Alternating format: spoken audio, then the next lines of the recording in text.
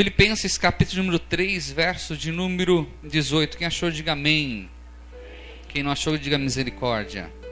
A palavra do Senhor nos diz assim: porque muitos há dos quais repetidas vezes vos disse, e agora vos digo até chorando, que são inimigos da cruz de Cristo, cujo fim é a perdição, cujo Deus é o ventre, e cuja glória assenta no que é vergonhoso, os quais só cuidam das coisas terrenas. Mas a nossa pátria está nos céus, donde também aguardamos um Salvador, o Senhor Jesus Cristo, que transformará o corpo da nossa humilhação para ser conforme o corpo da sua glória, segundo o seu eficaz poder, até se sujeitar a si todas as coisas. Amém? Verso de número 18, todos juntos, vamos lá? Porque muitos há dos quais repetidas vezes vos disse, e agora vos digo, até chorando, que são inimigos da cruz de Cristo. Oremos. Eterno Deus e amado Pai, irei ministrar a tua santa e poderosa palavra nesse instante. Essa palavra que tem poder de mudar vida, de mudar caráter, de mudar destinos, meu Pai. Essa palavra que tem poder, meu Pai querido, de trazer o homem cheio de pecado, e através, meu Pai querido, da tua palavra, ser purificado e ser salvo para ti. No dia tão importante, meu Pai, onde nós comemoramos a Páscoa, o seu sacrifício vicário na cruz do Calvário, estamos aqui reunidos em torno de ti. E diz a tua palavra: não tiver dois ou mais reunidos em torno do seu nome, o Senhor já se faz presente no nosso meio. Existe um povo aqui nessa casa de oração, existe um povo, meu Pai querido, do outro lado, meu Pai, dessa câmera. Ah, Senhor, o seu Santo Espírito há de fazer uma obra tremenda, e que essa palavra possa entrar no mais profundo da alma, do espírito de cada um, meu Pai, e fazer morada. Senhor Jesus Cristo, colocar os seus anjos poderosos ao nosso redor, que a tua palavra possa entrar, meu Pai querido, na nossa mente, possa fazer a metanoia, meu Pai, constante em nós, essa mudança de mente. Fale conosco, Espírito Santo, tu tem total liberdade no nosso meio. Eu sou instrumento nas tuas mãos, é que eu te peço e lhe agradeço em nome do Senhor Jesus Cristo. Amém. Então o tema é Páscoa e os inimigos da cruz. Diga: Páscoa e os inimigos da cruz.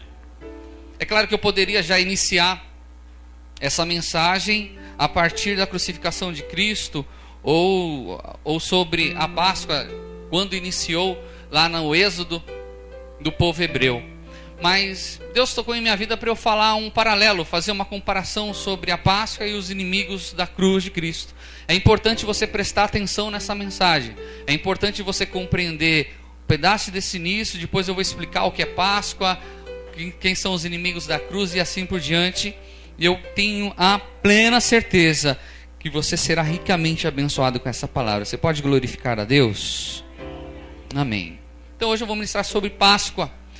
Você sabe que a Páscoa é a data mais importante do calendário cristão. É claro que Natal, quando comemoramos o nascimento de Cristo, e se bem que não é em dezembro, né? Diz os historiadores que Jesus nasceu por volta de fevereiro ou março. Mas enfim, comemoramos o nascimento de Cristo, é um fato importante. Mas o que tem mais consideração para nós e como fé também é a ressurreição de Cristo. Então essa semana é a paixão de Cristo. A Igreja Católica tem todo um ritual de quaresma e assim por diante. Nós evangélicos, nós cultuamos ao Senhor. E domingo é um domingo da ceia, antecedeu o domingo passado, e hoje a Páscoa, né? O domingo de Páscoa da ressurreição de Cristo. Por que eu li sobre os inimigos da cruz? Qual é o contexto dessa mensagem? Paulo está, falando para a igreja de Filipe, e ele está falando sobre as prerrogativas de quem ele era, da onde ele foi doutrinado aos pés de Gamaliel. Ele foi fariseu, ele foi doutor da lei, ele foi uma pessoa extremamente conhecedora da palavra de Deus. E quando ele encontra Cristo, ele considera todo o seu estudo, tudo aquilo que ele aprendeu, como esterco.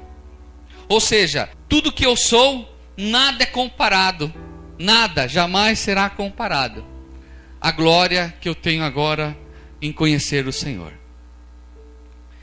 E aí Paulo, ele fala sobre isso, ele fala sobre a importância, como ele é grato a Deus por ter conhecido a Jesus Cristo, que os valores dele foram mudados agora. Então ele não se importava mais com os cargos dessa terra, ele não se importava mais com a nomenclatura que colocavam nele naquela época, mas agora ele se importava e se alegrava por ser servo do Senhor Jesus Cristo. E por ser servo do Senhor Jesus Cristo, ele queria transmitir isso para todas as pessoas, e muitos não compreendiam isso.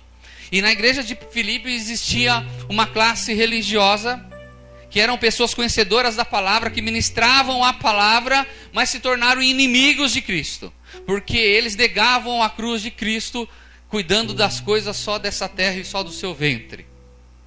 Podemos fazer um paralelo justamente para os dias de hoje. Existem muitos inimigos da cruz. Amém? Então preste atenção neste contexto inicial. E agora eu vou falar sobre a Páscoa.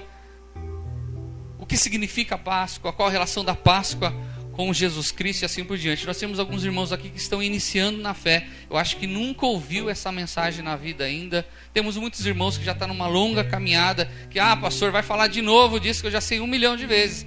Mas a gente tem que compreender, meus irmãos, que no auditório, quando nós ministramos a palavra, tem pessoas que não sabem nada ainda, que estão na caminhada. Então nós temos por obrigação a ministrar o beabá do Evangelho. Amém? Todos os líderes, pastores, aqueles que estão na direção do trabalho, têm que ter essa consciência. Porque às vezes a gente é dotado às vezes de alguma certa soberba em falar, isso eu não vou pregar porque isso é tão fácil, todo mundo sabe. E às vezes não. Às vezes as pessoas ainda não compreendem isso. E é de fundamental importância nós compreendermos o sacrifício de Jesus Cristo na cruz do Calvário. Você pode falar para o seu irmão? É de fundamental importância compreendermos o sacrifício do nosso Senhor Jesus Cristo na cruz do Calvário. Páscoa, significado da Páscoa no hebraico é pesar, que significa pular além da marca, passar por cima ou poupar. O povo judeu, ele ficou por mais de 400 anos no Egito, preso, sendo escravo, tendo que trabalhar muitas horas por dia, e eles começaram a clamar a Deus, até que Deus levanta no seio ali de Faraó, ele levanta Moisés como libertador do povo. E essa história, até mesmo você que está caminhando agora com Cristo já sabe pelos filmes que tem, assim por diante. E Deus levanta Moisés e fala muito com Moisés, e Arão vai o ajudar também. Ele chega até Faraó e fala para Faraó libertar o povo, que o povo tem que ir embora, o povo dele tem que ir embora, que ele descobriu que era hebreu também, e assim por diante, e tinha que ir embora. Só que teria que acontecer algo sobrenatural para enviar aquele povo embora. E aí o que aconteceu? Deus permitiu que pragas fossem atingidas ali no Egito, né? Então teve inúmeras pragas, foram ao todo 10 pragas. E a última praga foi algo terrível. Essa praga foi instituída por Deus, a qual todos os primogênitos de toda a família seriam mortos. Então aquele filho primogênito seria morto. E Deus instruiu o povo, Moisés e o povo, para que sacrificasse um cordeiro sem mácula, puro, que eles pegassem parte do sangue desse cordeiro. Se fosse uma família um pouco menor, podia se juntar com um vizinho, e aspergisse este sangue nos umbrais da porta, na verga da porta também, e aprontasse todos os seus pertences, fizessem uma comida rápida e comesse a hora certa aquele cordeiro, né? Por quê? Porque à meia-noite passaria naquele local o anjo da morte. E na casa por onde passasse o anjo da morte e visse aquele sangue aspergido, ele passaria e não aconteceria nada de mal. Porém, por onde o anjo da morte passasse, se não houvesse aquele sangue, a morte iria ser ferida, ferir pessoas, ferir o primogênito dentro daquele lar. O que aconteceu, meus irmãos? Aconteceu o que aconteceu exatamente o que Deus proferiu. E muitos, centenas ou milhares de crianças morreram naquela madrugada. Não foram do povo hebreu, mas foram dos egípcios e principalmente do lar de Faraó. Meu irmão, com uma praga dessa não teve como Faraó resistir. Ele teve que libertar o povo dele. E aí segue-se a história, que depois ele se arrependeu de ter liberado e foi atrás, e o mar se abriu e eles acabaram morrendo, o exército e grande parte do povo egípcio que estava perseguindo o povo de Deus. Amém? Então a Páscoa, ela simboliza para o povo judeu justamente a saída do povo. Preste atenção naquilo que eu falei sobre o significado da Páscoa. Páscoa no hebraico, pesar, que significa pular além da marca, passar por cima ou poupar. Então nós compreendemos que a Páscoa, depois daquele ano, foi celebrado todos os anos. Naquela mesma data, era celebrada dentro das casas a saída do povo do Egito. Até os dias de hoje, é celebrado hoje nos lares judaicos o pesar, a Páscoa. E tem ali o pão asmo, e tem ali o vinho, e tem todo um cerimonial relembrando isso. Isso foi feito durante muitos anos. Quando foi construído o templo, isso foi feito dentro do templo. Por isso, quando nós encontramos dentro do Evangelho, naquela parte quando Jesus, quando pequeno, aos 13 anos de idade, ele acabou se perdendo de Maria e José, ele estava participando da Páscoa ali, ok? E aí, qual a referência que nós temos isso com Jesus Cristo? Jesus Cristo, quando ele reúne os seus discípulos para a última ceia, é uma cerimônia de Páscoa. Amém? Então tem todo um simbolismo em relação a isso. E nós temos que compreender, a palavra nos fala que todos os eventos que aconteceram no Antigo Testamento, todas as festas judaicas, é como se fosse um espelho para as coisas que iriam acontecer no futuro em Jesus Cristo. Por isso que eu posso afirmar para todos que a chave hermenêutica do Antigo Testamento se chama Jesus Cristo. Então tudo que nós vemos no Antigo Testamento tem um significado. Depois nós vamos ver a tenda. A tenda tem todos os seus passos. Tem o caminho, depois tem o propiciatório, depois tem tem a parte onde faz os sacrifícios, o Santo dos Santos. Tem todo um simbolismo em torno do nome do Senhor Jesus Cristo. Amém? Mas é interessante nós compreendermos que a Páscoa e o sangue aspergido nos umbrais da porta e também no vergão daquela porta, era para que aquele sangue pudesse ser como uma garantia àquelas pessoas que fizessem isso, que a morte não chegaria até aquela casa. Amém? Então nós vamos fazer agora a comparação da Páscoa e Jesus Cristo. Quem está entendendo aqui pode dar um glória a Deus.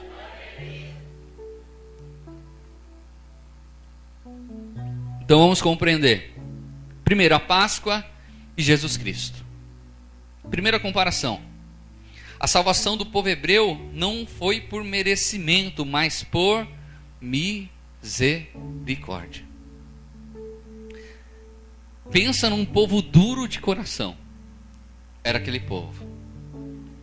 Pensa um povo que resmungava, que reclamava, e depois no decorrer ainda do êxodo, quantas situações adversas aconteceram, fizeram imagens de escultura e assim por diante. Mas Deus, Ele não olhou para o pecado daquele povo, mas antes Ele demonstrou a melhor qualidade, uma das melhores qualidades que o nosso Deus tem, um Deus de compaixão, um Deus bondoso.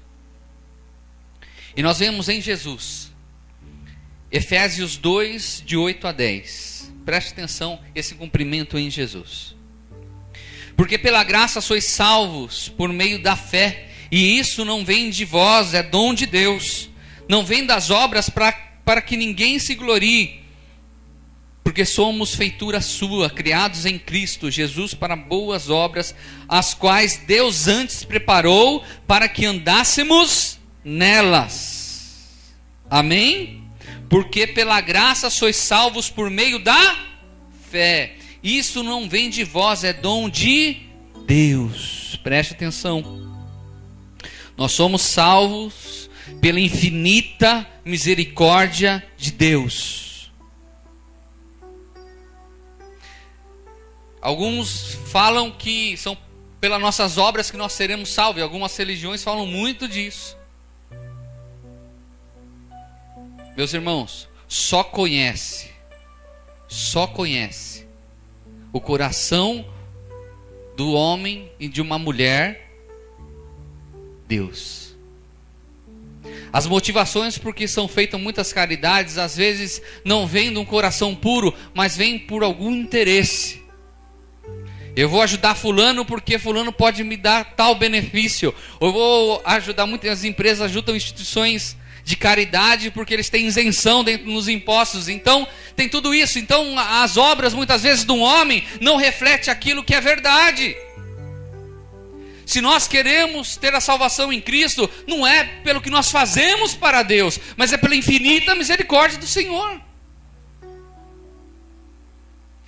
E isso é muito sério, porque muitas pessoas, elas são severamente acusadas pelo inimigo, dizendo que aquela pessoa não pode servir ao Senhor porque tem muito pecado. Eu quero lhe falar, meu irmão, se a pessoa se arrepender de todo o coração, o Senhor Jesus Cristo é fiel e verdadeiro, e através do seu sacrifício de perdoar todos os pecados. Não é porque a pessoa é mais ou é menos que Jesus aceita, é nada, meu irmão. O Senhor aceita a todos que chegam até a Ele com o coração arrependido.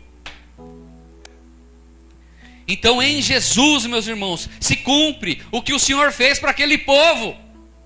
Não olhou para as falhas deles, não olhou para o pecado dele, mas teve infinita misericórdia, um Deus de compaixão. Você pode falar isso? O nosso Deus é um Deus de compaixão. Fala para o seu irmão, nosso Deus é um Deus de compaixão. Quem estiver nos ouvindo, nos vendo, nosso Deus é um Deus de compaixão. É um Deus que nos ama, é um Deus que nos quer bem, é um Deus que não vê as nossas falhas, mas olha para um coração arrependido. Amém?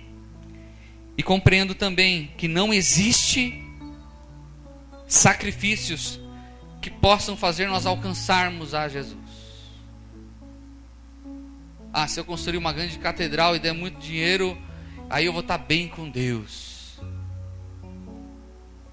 Se eu fizer muitas obras filantrópicas, eu vou estar bem com Deus. Meus irmãos, aparentemente a gente pode estar bem com os homens, mas se a gente não tiver uma vida num altar de Deus, em santidade, a gente não tem crédito nenhum no céu. Porque Deus não faz troca com ninguém. Amém, meus irmãos? Um pai, diga assim, o nosso pai é um pai de amor. Segunda comparação. O propósito do sangue aplicado às vergas das portas era salvar da morte o filho primogênito de cada família. Esse fato prenuncia o derramamento do sangue de Cristo na cruz, a fim de nos salvar da morte e ira de Deus contra o pecado. Preste atenção. O propósito daquele sangue nos umbrais da porta era para que viesse guardar os filhos primogênitos. Era salvar aqueles do Senhor para que não morresse com aquela praga. Só que aquilo era um ato provisório. Então eles teriam que fazer, durante na caminhada, tinha a época do dia da expiação, onde o sacerdote se santificava e entrava dentro da tenda, no lugar santíssimo, e se reservava ali para separar para Deus e sacrificar bodes e também cordeiros para o perdão do povo e perdão de si mesmo. Ele cobria o pecado do povo. Isso é muito importante nós compreendermos. O sangue de animais, ele era realizado num passado antes de Cristo, para cobrir o pecado do povo. Sabe por quê? Porque sem santidade ninguém verá a Deus. Pecado e santidade, meus irmãos, é que nem água e óleo, não se mistura. Não se mistura. Vejamos, Hebreus 9, 22. E quase todas as coisas, segundo a lei, se purificam com sangue, e sem derramamento de sangue não há remissão. Hebreus 9, 22. E quase todas as coisas, segundo a lei, se purificam com sangue, e sem derramamento de sangue não há remissão.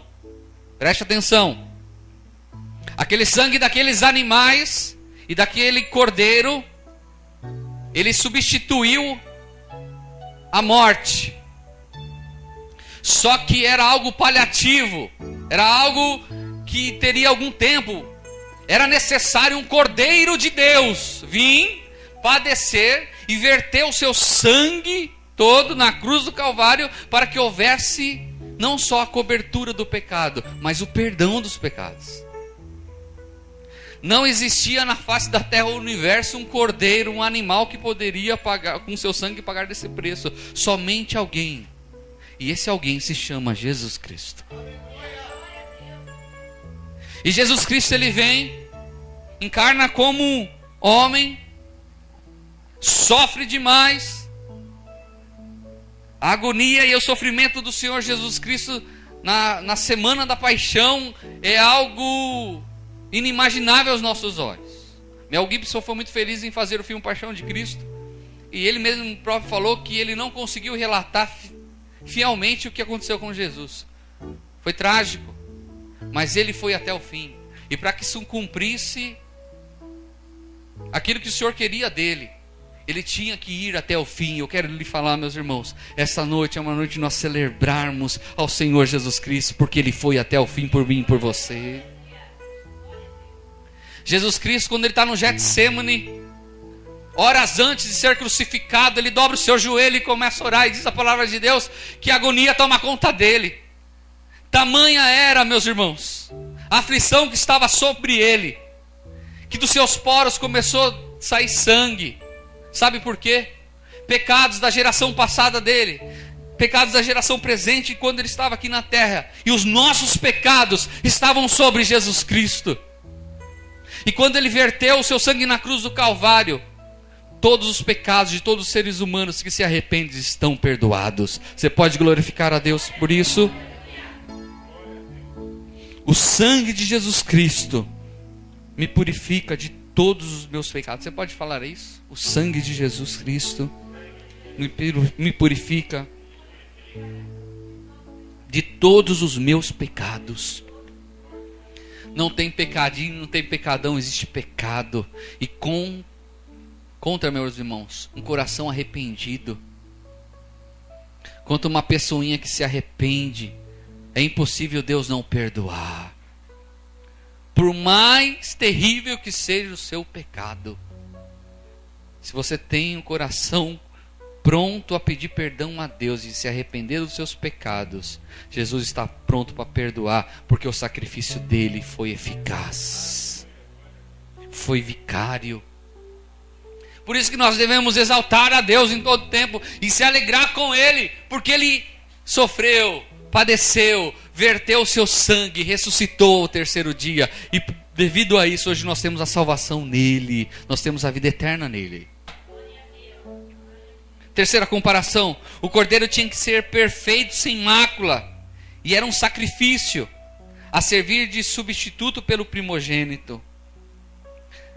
João 11, 25 diz assim: declarou-lhe Jesus: eu sou a ressurreição e a vida, quem crê em mim, ainda que morra, viverá. João 19, 30, então Jesus, depois de ter tomado o vinagre, disse: está consumado. Inclinando a cabeça, entregou o Espírito. Preste atenção. O cordeiro sem mácula era para ser sacrificado e servir de substituto para aquele primogênito. A morte era o nosso aguilhão. A morte era aqueles que todo mundo temiam e até temem no dia de hoje, aqueles que não conhecem a Cristo. Mas eu quero lhe falar, meus irmãos, que aqueles que estão em Cristo Jesus, nem a morte pode segurar, porque Ele nos prometeu que Ele é a ressurreição e a vida. E se nós cremos nele, ainda que nós venhamos morrer nessa carne, nós viveremos para todo sempre. Você pode glorificar a Deus por isso? Quando a pessoa tem um encontro com Jesus, ela passa da morte para a vida e uma vida eterna para todos sempre. Por isso que nos evangelhos fala que nós somos peregrinos nessa terra. Que essa vida, como Paulo fala, é como um vapor de fumaça. Então por que eu faço uma pergunta? Porque nós nos preocupamos tanto com essa vida? Porque nós nos preocupamos tanto com os afazeres que nós temos que fazer? Quantas coisas que a gente tem que se preocupa, que no fim não vai acontecer nada. Para onde nós vamos, meus irmãos, não tem fábrica, não tem trabalho. Nós não iremos levar os bens que nós adquirimos nessa vida, nem o status na sociedade. Lá no céu não tem assim, fulano era um grande engenheiro na terra, ciclano era um grande arquiteto na terra. Não, meu irmão, lá no céu vai ter o seguinte: aqui está um servo de Deus, que foi amável com os irmãos, que fez a obra de Deus, que foi sincero perante Deus. O que nós levaremos dessa vida, meus irmãos, não é quanto de dinheiro nós temos na nossa conta bancária, mas é quanto nós servimos ao Senhor em honestidade e em sinceridade. Amém?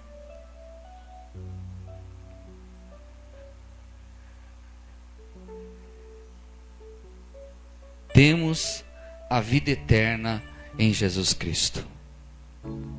Nós temos a vida eterna em Jesus Cristo. Se o Senhor Jesus não tivesse padecido na cruz do Calvário, eu e você, nós não estaríamos aqui nesta noite. Nós estaríamos pelos nossos pecados condenados para o inferno. Nós não temos noção do que é isso, porque nós não temos a concepção do que é o inferno e quão pesado são os nossos pecados. Amém? Terceiro subtema dessa mensagem: entendendo que relação tem os inimigos da cruz com a negação do sacrifício de Jesus Cristo. Vocês lembram o que eu falei lá no início? Sobre os inimigos da cruz?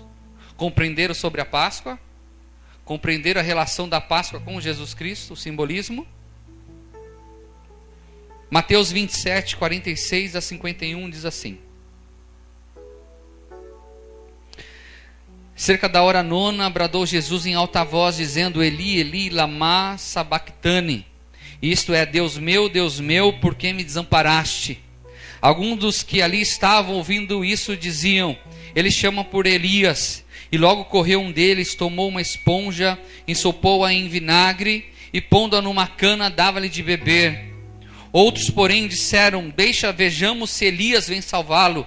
De novo bradou Jesus com grande voz e entregou o Espírito. E eis que o véu do santuário se rasgou em dois, de alto a baixo, a terra tremeu, as pedras se fenderam. E cerca da hora nona bradou Jesus em alta voz, dizendo: Eli, Eli, lama sabactani, Deus meu, por que me desamparaste?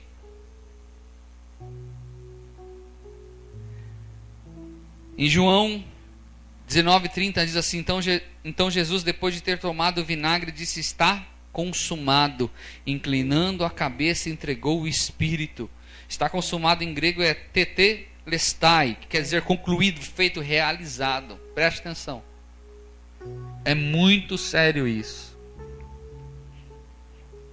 Diga assim: está consumado. Já foi realizado. Foi feito. Está resolvido. Está resolvido. Tetelestai. Está resolvido. O que quer dizer, pastor, que está resolvido? A nossa vida está resolvida.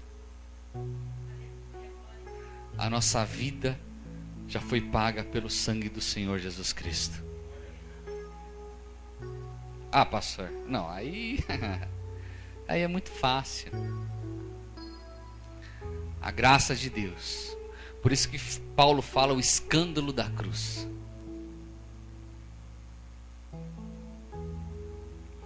Nos tornamos inimigos da cruz quando nós colocamos algum outro artifício que encobre esse sacrifício do Senhor Jesus Cristo.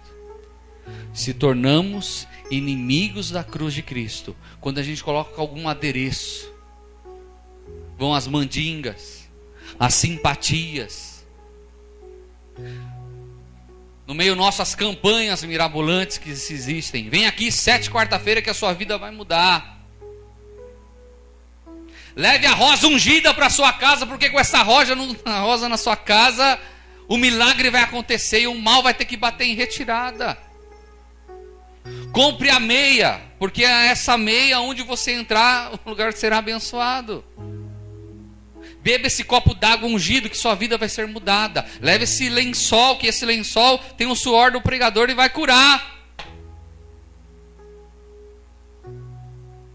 E hoje, infelizmente, essa doutrina demoníaca tem entrado dentro das igrejas supostamente cristãs,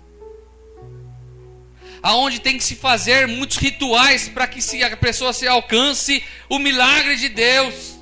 Estão fatiando Jesus Cristo. Terça-feira é dia do milagre urgente, quarta-feira é das portas abertas, quinta-feira da salvação da família, e vamos fatiando Jesus. Se a pessoa faltar num dos dias, não acontece um milagre na vida dele. Estão crucificando Jesus todos os dias. É muito sério isso que eu estou falando.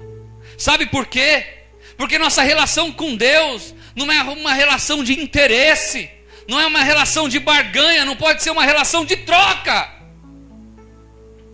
Senhor, eu sirvo ao Senhor, mas o Senhor tem que resolver a minha vida. Tá certo, eu vou servir ao Senhor, mas o Senhor tem que me dar um carro zero. O Senhor tem que me exaltar porque eu sou cabeça e não sou cauda. E aí por diante. Quem de vocês gosta de ter uma amizade por interesse?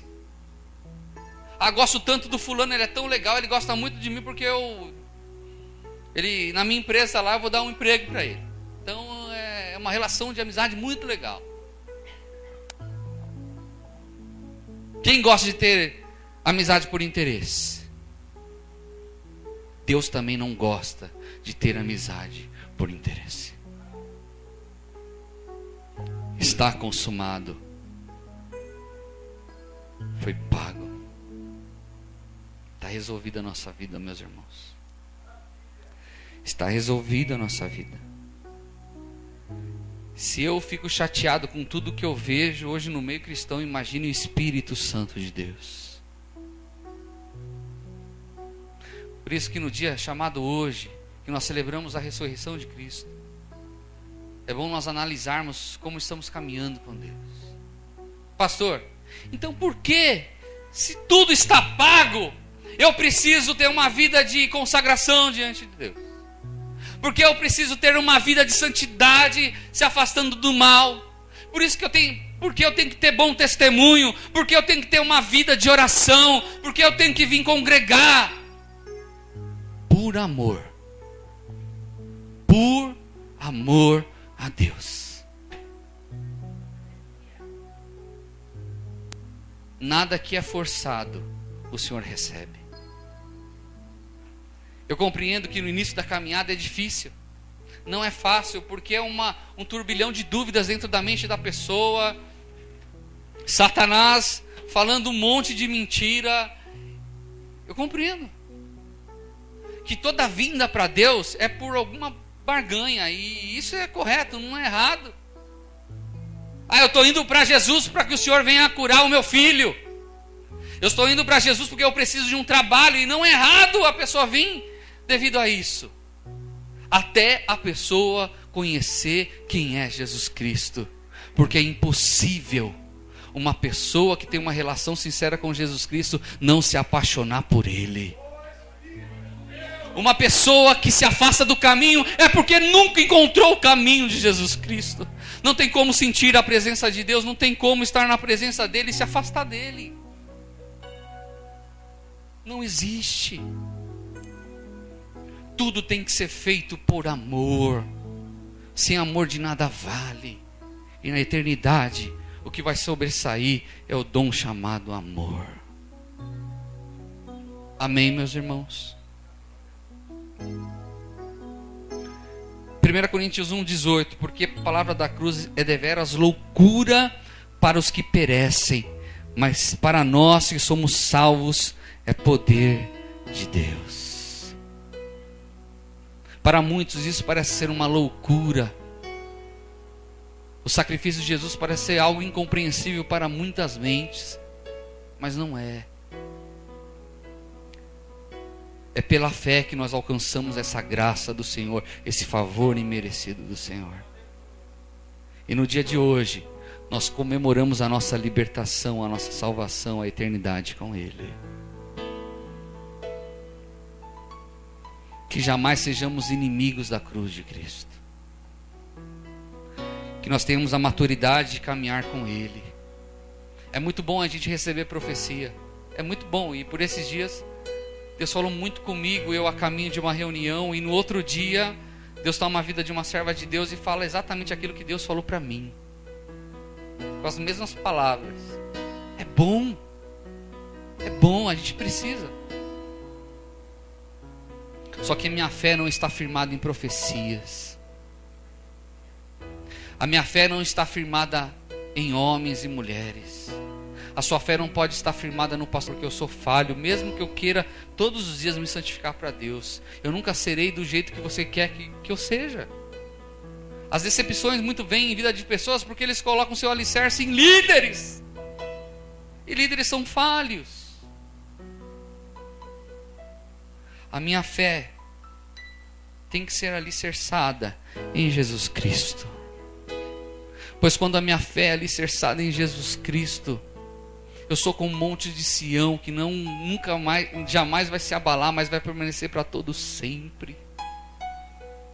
Os meus valores são invertidos. Eu não procuro as riquezas dessa terra, mas eu procuro as riquezas do céu, porque a traça não corrói, nem o ladrão rouba, e o Senhor tem guardado para nós uma eternidade de vida e de vitória para nós.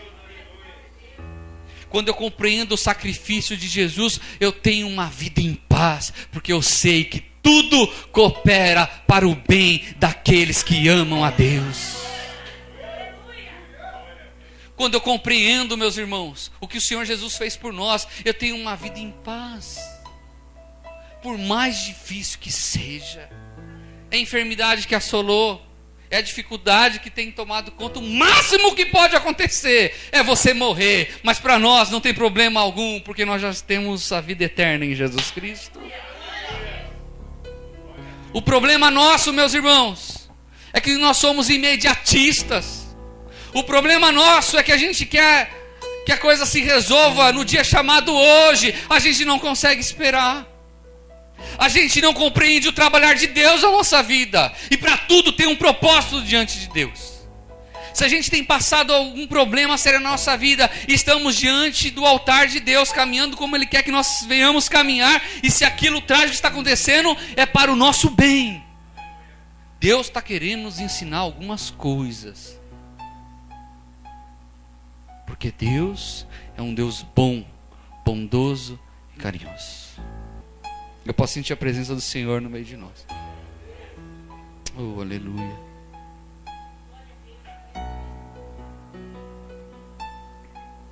Eu quero orar agora por cada um que está aqui, por cada um que está vendo essa mensagem, aonde estiver. A graça de Deus é poderosa para alcançar todas as pessoas desse planeta Terra. Aonde houver um coração neste momento arrependido, a graça de Deus está alcançando, pois servimos um Deus onipotente, onisciente, onipresente. Pai querido, falta a palavra para nós expressarmos o tamanho da nossa alegria em servir ao Senhor, Pai. O tamanho da nossa alegria pelo seu sacrifício vicário na cruz do Calvário. Senhor Jesus Cristo, nos perdoa as nossas falhas, perdoa os nossos pecados. Alcance nesse instante, meu Pai querido, cada vidinha, meu Pai querido, que está com os olhos fechados, pedindo ao Senhor a Tua graça.